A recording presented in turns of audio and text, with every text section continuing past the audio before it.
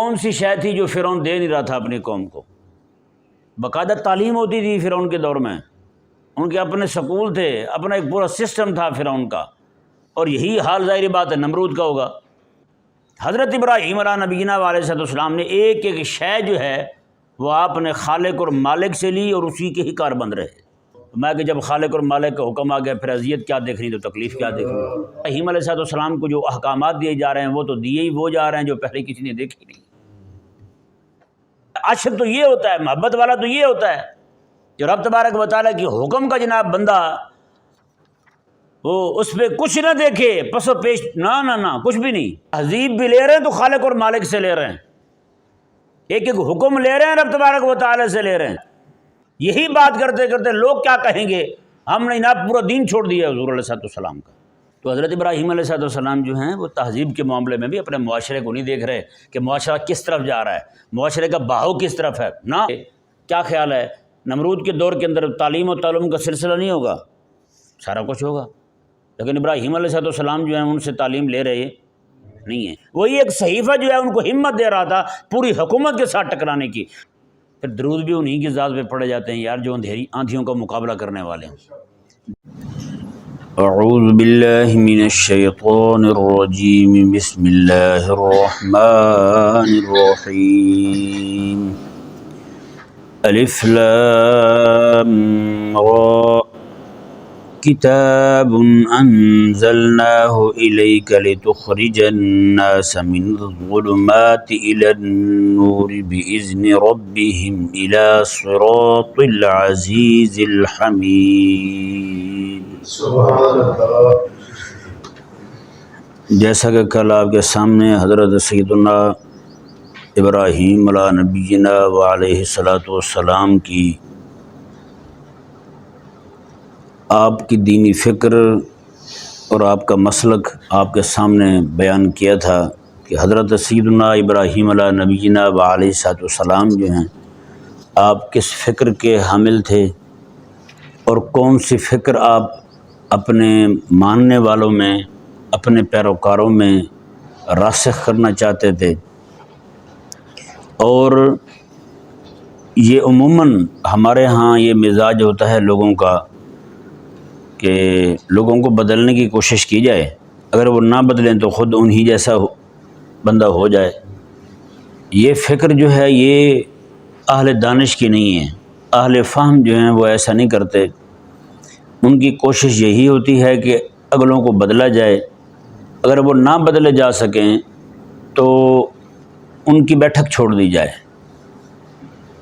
جی ان کا علاقہ چھوڑ دیا جائے۔ جیسے حضرات انبیاء کرام علیہ السلام کا طریقہ مبارکہ رہا ہے، پرسوں والے دن بھی آپ کے سامنے یہ بیان کیا تھا کہ جب وہ کار نبوت سے فارغ ہو جاتے، جی اپنا پیغام پہنچا دیتے، وہ مانے نہ مانے تو وہ اللہ تبارک و تعالیٰ ان کو حکم دے دیتا کہ آپ یہاں سے مکہ مکرمہ چلے جائیں اور اپنے جو باقی ایام ہیں وہ وہاں جا کر کے بتائیں۔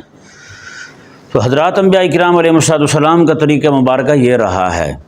لیکن ہاں جو عام لوگ ہوتے ہیں ان کے بارے میں میرے کریم آقا علیہ السلام کا فرمان شریف ہے، بنی اسرائیل کے مولویوں کے بارے میں، بلکہ میرے آقا علیہ السلام نے ارشاد فرمایا کہ بنی اسرائیل کے علماء جو ہیں وہ لوگوں کو پہلے منع کرتے تھے گناہوں سے، 2-4 بار منع کیا، اگر وہ منع ہو گئے تو ٹھیک ہے، نہیں تو پھر وہ ایسا ان کے دل خود ان کی طرف مائل ہونے لگتے، ایسا ان کے پاس بیٹھ جاتے، باتیں کرتے، پھر ایسا ان کے گناہ میں شریک ہو جاتے۔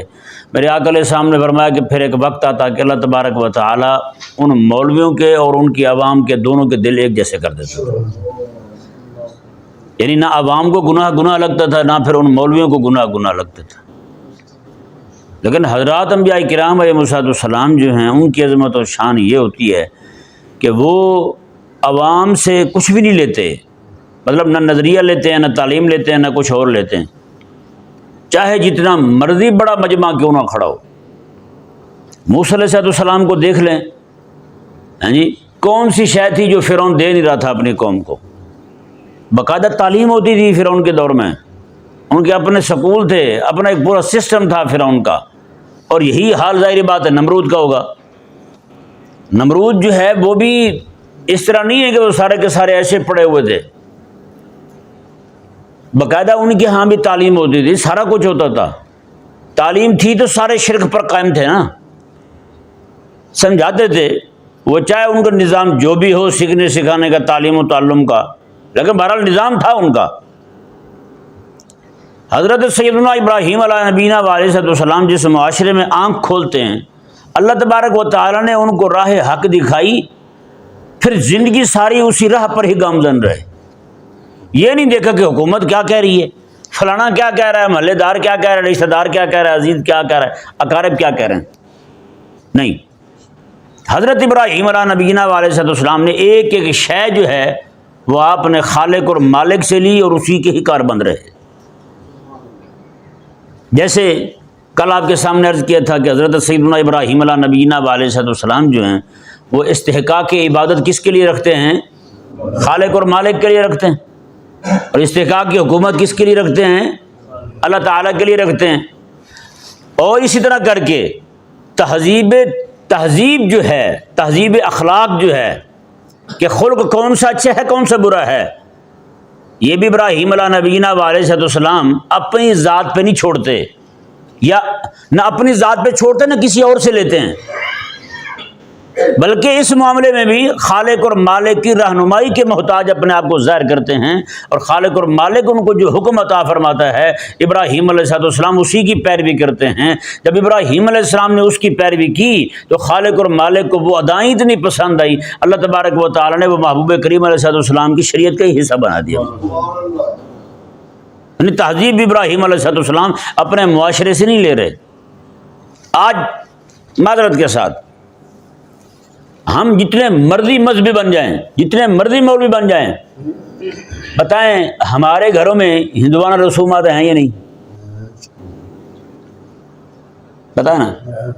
کل ایک دوست نے مجھے بتایا، وہ ایک بلکہ پرسوں والے دن ایک بندہ بڑا ہی جناب وہ مذہبی دینی طبیعت کا بندہ، رات دن درس دینے والا، آگے پیچھے اس طرح کا پھیل پھیلاؤ کرنے والا، کہتا جی اس نے اپنے بچوں کی شادی کی تو اس کی ایک بھی نہیں مانی گئی۔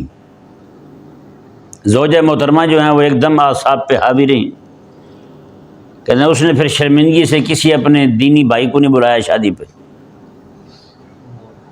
شادی پہ ٹوٹل جناب وہ نچ ٹپ سمجھ رہے نا، اب مزید کیا کھولا جائے اس بات کو، کہتے ہیں وہ والے معاملات ہوئے۔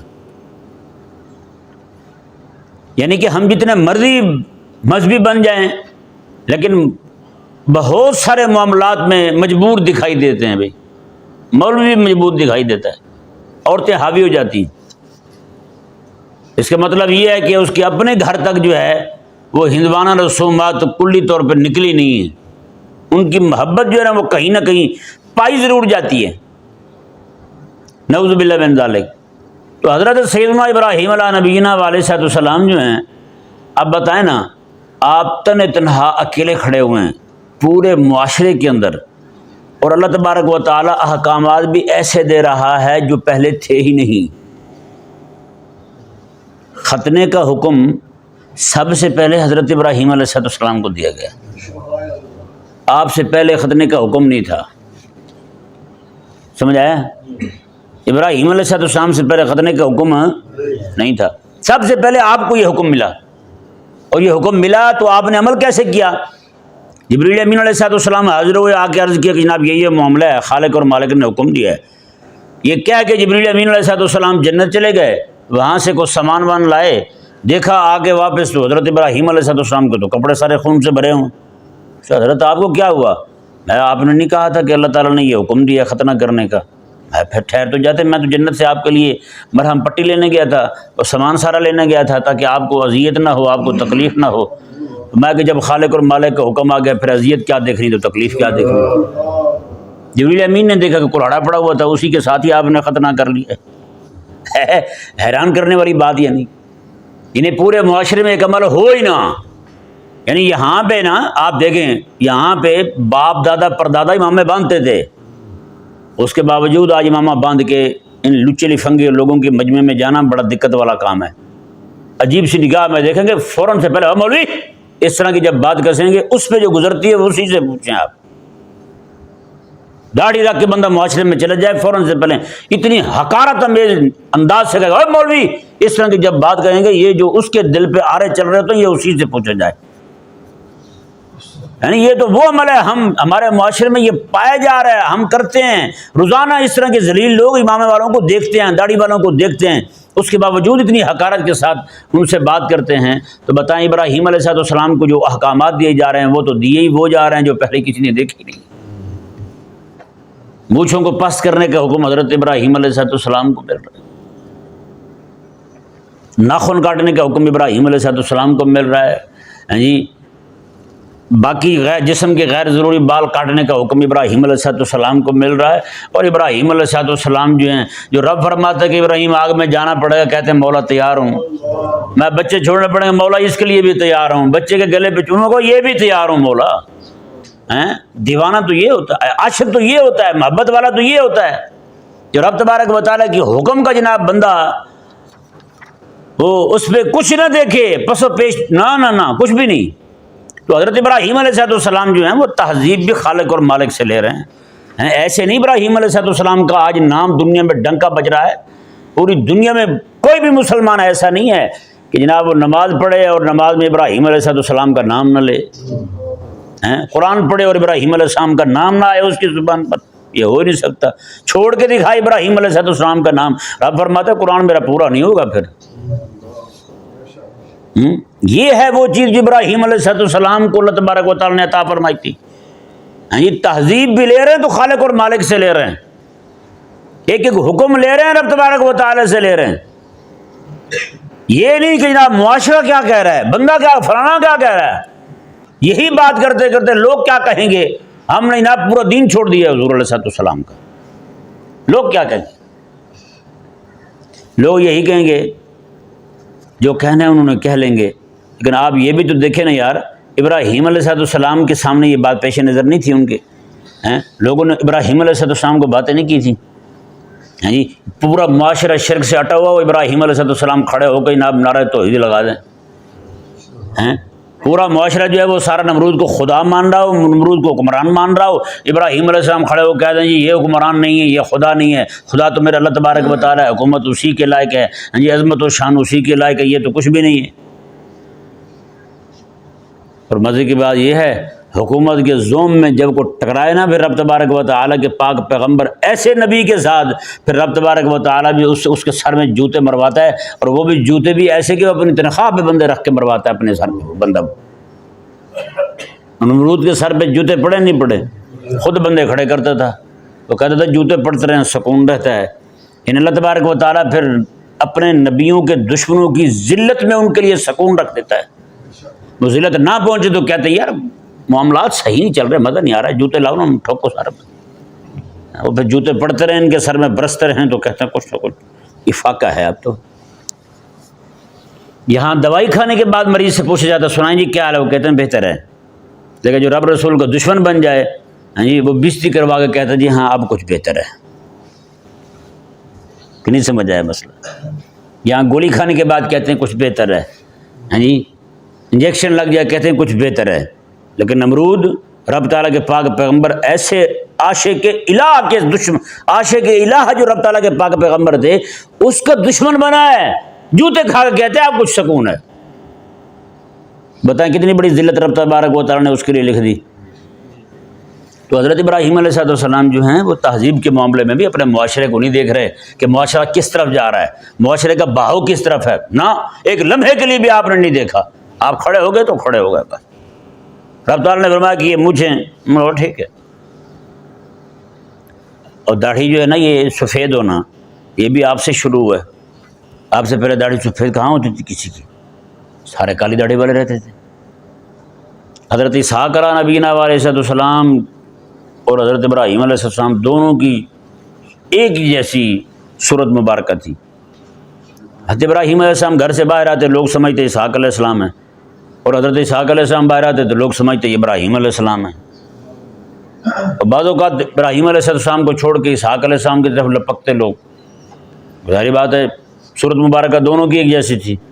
تو اللہ تبارک و تعالیٰ نے ابراہیم علیہ السلام کی داڑھی مبارکہ میں ایک بات سفید کر دیا تاکہ فرق کرے، لوگوں کو پتہ چلے کہ یہ ابراہیم ہیں، یہ ہمارے خلیل ہیں، اور یہ اور نبی ہیں، یہ ان کے بیٹے ہیں۔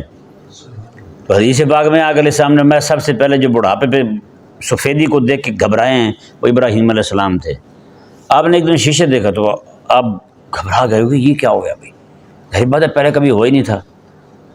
تو اللہ تعالیٰ کی بارگاہ میں عرض گزار ہو گئے، یا اللہ یہ کیا ہوا؟ اللہ تعالیٰ نے فرمایا یہ ہم نے فرق رکھا ہے، اور یہ نور ہے ہمارا جو ہم نے تمہیں دے دیا ہے۔ کہنے لگے مولا نور ہے تو پھر سارا یہ عطا فرما، پھر ساری داڑھی آپ کی سفید ہو گئی۔ بتائیں، تو یعنی حضرت ابراہیم علیہ نبینا علیہ السلام جو ہے نا تعظیم کے معاملے میں اس طرح ہمارے والا حساب نہیں ہے۔ ہم تو بھائی کہیں نہ کہیں گرے ہوئے ہیں۔ آج پیروں کی شادیاں دیکھ لیں، وہاں خسرے ناچ رہے ہیں، ایڑے ناچ رہے ہیں، کروڑوں روپے جناب ایک ایک رات میں جناب وہ اڑا دیتے ہیں جو پیر طریقت رہبر شریعت ہیں، ہے نا۔ معاملہ یہاں تک پہنچ چکا ہے۔ اچھا بھی انتہائی بدتمیز تو پھر وہ مرید ہوئے نا جو اتنا کچھ دیکھنے کے بعد پھر بھی پیر کو پیر طریقہ سمجھتے ہیں، رہبر شریعت سمجھتے ہیں۔ سچی بات ہے، اگر پیر کے آستانے پر کوئی کام سارے کا سارا کام حضور کی شریعت کے مطابق ہو رہا ہے نا، تو سمجھو کہ اس دور میں وہ پیر جو ہے وہ خدا تعالیٰ کی بہت بڑی نعمت ہے اس دور میں۔ لیکن یہاں وہ پیر بھی جو ساری شریعت کی تابع داری کرنے والا ہوگا آگے پیچھے، جیسے جناب معاملہ آئے گا اللہ تبارک و تعالیٰ کی طرف سے خوشی والا، تو اس وقت وہ بھی رب کا نافرمان بن جائے، پھر وہ پیر تو نہ رہا نا بھی۔ ایسے تو مواقع ہوتے ہیں دیکھنے کے، ہاں بھی خوشی میں قابو رکھتے ہیں اپنے آپ کو نہیں رکھتا، دکھ آ جائے تو قابو رکھتا ہی نہیں رکھتا اپنے آپ کو۔ اللہ اکبر کبیرہ۔ تو حضرت ابراہیم علیہ السلام جو ہیں، آپ تہذیب لینے کے معاملے میں کسی اور پر انحصار نہیں کر رہے، خالق اور مالک سے لے رہے ہیں۔ جو رب تبارک و تعالیٰ عطا فرما رہا ہے اسی کو اپنائے جا رہے ہیں، اور کسی کی پرواہ کیے بغیر بلا خوف لومۃ لائم آپ ایک ایک حکم پر عمل کیے جا رہے ہیں۔ اللہ تبارک و تعالیٰ جو بھی فرماتا جا رہا ہے کہتے ہیں مولا ٹھیک ہے، یہ بھی ٹھیک ہے، یہ بھی ٹھیک ہے، کیونکہ وہ سمجھتے تھے حسن جو ہے نا وہ میرے مولا تعالیٰ کی ذات میں ہے، اور حسن جو ہے وہ جو حکم میرے رب تعالیٰ کی طرف سے آئے گا اسی کے حکم میں حسن ہوگا، بس اس کے علاوہ کہیں حسن ہو سکتا نہیں۔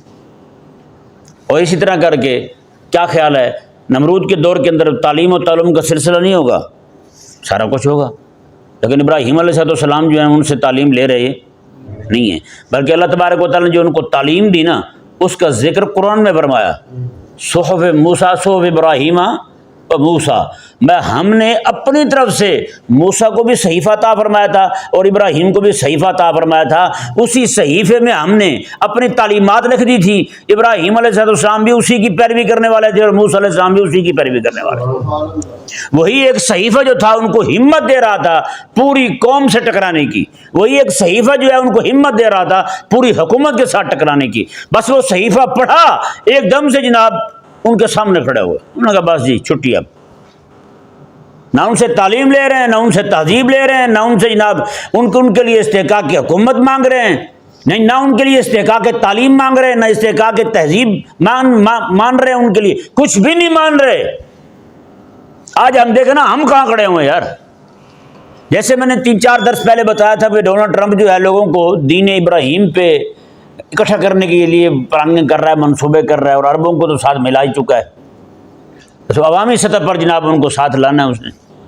لیکن غور کرنے والی بات یہ ہے، کیا خیال ہے لوگ آ چکے ہیں یا نہیں آ چکے جس چیز پر وہ لانا چاہتے ہیں؟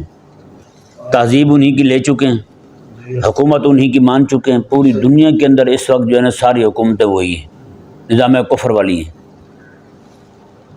ہاں جی، تعلیم انہی کی، تہذیب انہی کی، اخلاق انہی کے، تمدن انہی کا، ایک ایک شے انہی کی یار۔ آج آ کے صرف عبادت ہی رکی ہوئی ہے، وہ بھی کتنے لوگ کرتے ہیں؟ آپ اپنے محلے کو اور اپنی مسجد کو دیکھ لیں، کتنے لوگ صرف عبادت کی حد تک کھڑے ہوئے ہیں بس۔ اور جو عبادت کرتے ہیں ان میں بھی کئی سارے لوگ جو ہے نا پھر وہ سیاست کسی کی مانتے ہوں گے، ان کو بھی پکڑ کے ذرا وہ ہلایا جائے نا جی، وہ چھانی کہتے ہیں، کیا کہتے ہیں جس میں آٹا چھانتے ہیں، وہ والے اس میں ہلایا جائے تو 5-10 لوگ ہی بچیں گے، کوئی کہے گا میں جی پی ٹی آئی کا ہوں، کوئی کہے میں نون کا ہوں، میں فلانے کا ہوں، کچھ لوگ گنتی کے بچیں گے۔ تو باقی بیچارے سارے کہاں گئے؟ یعنی کہ جہاں پہ حکومت استحقاق کی حکومت کی بات آئے گی وہ بھی رب تبارک و تعالیٰ کے لیے ماننے والے نہیں ہوں گے. وہ کوئی کہنے والا ہوگا جی میاں تیرے جانے سار، ہاں جی، کوئی کہنے والا ہوگا جی خان دے پیچھے مر جاؤں گے 804، کوئی کچھ کہنے والا ہوگا، کوئی کچھ کہنے والا ہوگا. تو پھر بتائیں نا، ذرا غور کریں اس مسئلے پر کہ پیچھے رہا کیا ہے جو یہ ٹرمپ مردود جو ہے نا وہ کوششیں کرتا پھرتا ہے کہ دین ان کا ایک ہو جائے. وہ تو کر بیٹھے ہیں سارا، قوم ساری ہماری جو ہے نا، ہماری قوم خلافت کا نام تک نہیں لے رہی. ہماری ساری قوم جو ہے وہ جناب انہی کے نظام حکومت کے سامنے سجدہ ریز ہو چکی ہے. کچھ پیچھے بچا ہی کو نہیں. تعلیم انہی کی ہے، تہذیب انہی کی ہے، اخلاق انہی کی ہے، ایک ایک شے انہی کی ہے. یار پیچھے کیا بچا ہے کہ جس چیز کو جناب وہ ایک کرنے جا رہے ہیں؟ صرف اور صرف یہ معاہدے کر کے کہ مستقبل میں کوئی بندہ کھڑا ہو کے یہ نہ کہہ دے یار یہ جو نظام حکومت ہے یہ ظلم والا ہے، تو مصطفیٰ کریم علیہ السلام کا عطا فرمایا وہ نظام لے آؤ. یہ صرف مستقبل کے اندر پابندیاں لگانے کے لیے کہ کوئی بندہ اس نظام کے لیے کھڑا ہی نہ ہو. بس ان کا اور کوئی مقصد نہیں ہے پیچھے، کہ موجودہ دور میں تو سب کو رام کر چکے ہیں.